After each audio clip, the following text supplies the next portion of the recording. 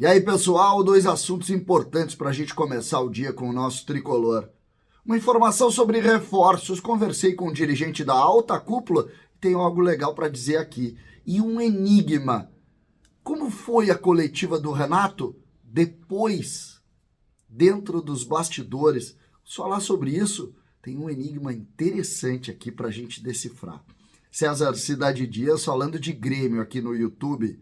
Papo de gremista para gremista. Agora, ativo, parceiro, ativo. Ativo para a hora H. Ativo para melhorar a sua relação, para dar aquela pimentada 100% natural, sem contraindicação. E aqui pelo WhatsApp, com desconto para quem é aqui do CCD. Então, agora entre, tem o seu. Hoje é sexta-feira. Tem o seu, receba em casa, na tranquilidade de casa, aqui e com desconto.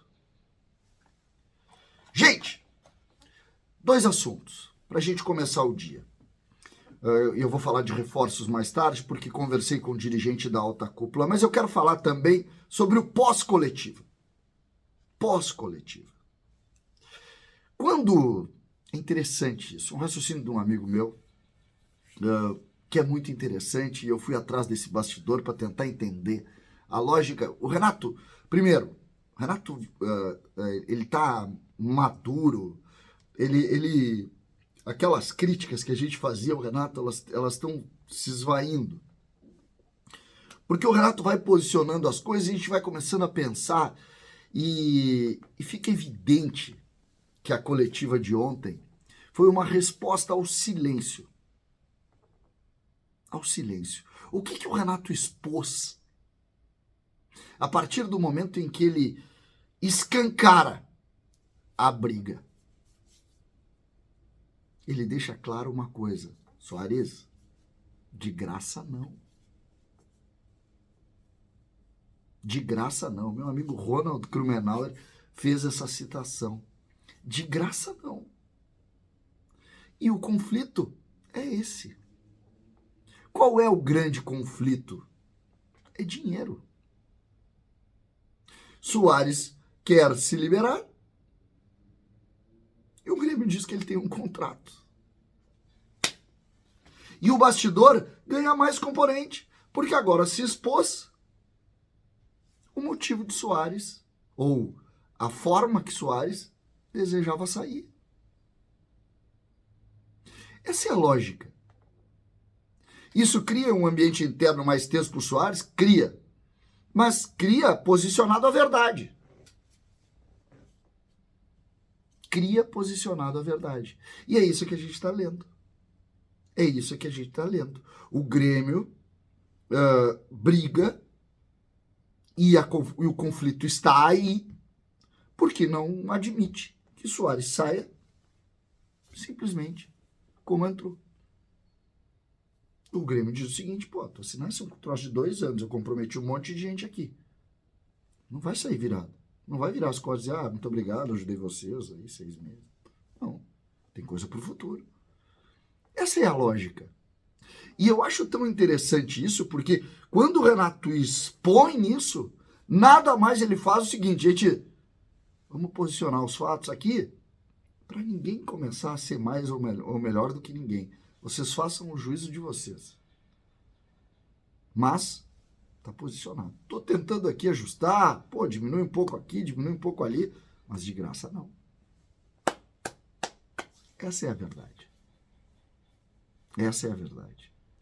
Tá conflituoso? Tá. Tá difícil? Tá. Mas não vai sair com a mão abanando. Porque o Grêmio e os dirigentes do Grêmio estão defendendo os interesses do Grêmio. E é isso que eles têm que fazer. É exatamente isso que eles têm que fazer. Então, contra o silêncio, enigmas. Renato abriu eles. E isso é interessante para a gente pensar. Para a gente pensar. Funciona assim às vezes. Não quer falar? Não tem problema. Eu também não vou falar. Falando. Foi isso que Renato fez ontem. E fica evidente agora o ponto. O ponto é quanto o Soares se dispõe a pagar e o Grêmio aceita ou não. Outro assunto interessante para a gente discutir aqui diz respeito a reforços. As datas estão começando a apertar. O técnico Renato ontem usou a expressão: estamos correndo contra o tempo. Eu conversei ontem à noite com dirigentes da alta cúpula, especialmente um. E ele me disse o seguinte: César, vamos trazer reforços. Isto é certo.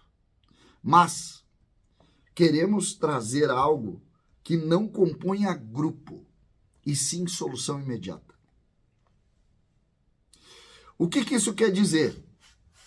O Grêmio não quer este reforço. E não é, quando a gente fala assim, não queremos para grupo, o termo não é para diminuir nenhum jogador, é para dizer o seguinte: o próprio Renato já sabe que ele vai, porque o Renato participa disso, já vai ser o jogador da solução. Tá? Porque ele pode vir a ser reserva também, dependendo do esquema. Não, a discussão não é essa, a discussão são jogadores incontestáveis, que batem aqui e todos, de alguma maneira, dizem: não, esse aqui é a solução para começar jogando aí, para ser solução imediata para o time, e é um jogador que não precisa ser apresentado. Basicamente é isso. Ou seja, um nome forte, um nome estudado. A diretoria do Grêmio tem uma ideia muito clara da forma de contratar, tem um processo muito próprio e está dando muito certo, muito certo.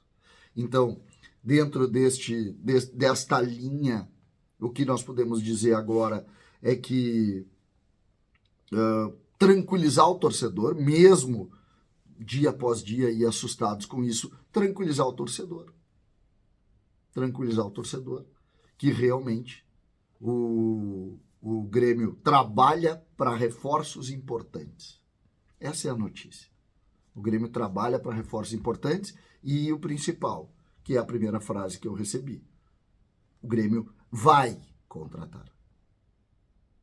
Essa é a frase. Não vai passar a janela sem reforço. Essa, para mim, é a frase que eu pego, e depois disso é uma vírgula com as circunstâncias dela. Mas a frase é: o Grêmio vai contratar. E isso, por si só, já tranquiliza o torcedor, que também está pensando muito nisso. Porque agora já para tudo. O que acontece a partir de hoje? Hoje tem Atlético Mineiro, tem folga no domingo, deve ter um treino leve no domingo, tem treino segunda, tem treino terça e tem uma super decisão na quarta. Essa é a realidade do Grêmio. Essa é a realidade do Grêmio. E é em cima disso que nós temos que tratar. Os dirigentes estão trabalhando, nos bastidores estão. A frase é: o Grêmio vai contratar alguém diferente. Nós vamos estar aqui para comentar também. César, Cidade de Dias falando de Grêmio, aqui no YouTube.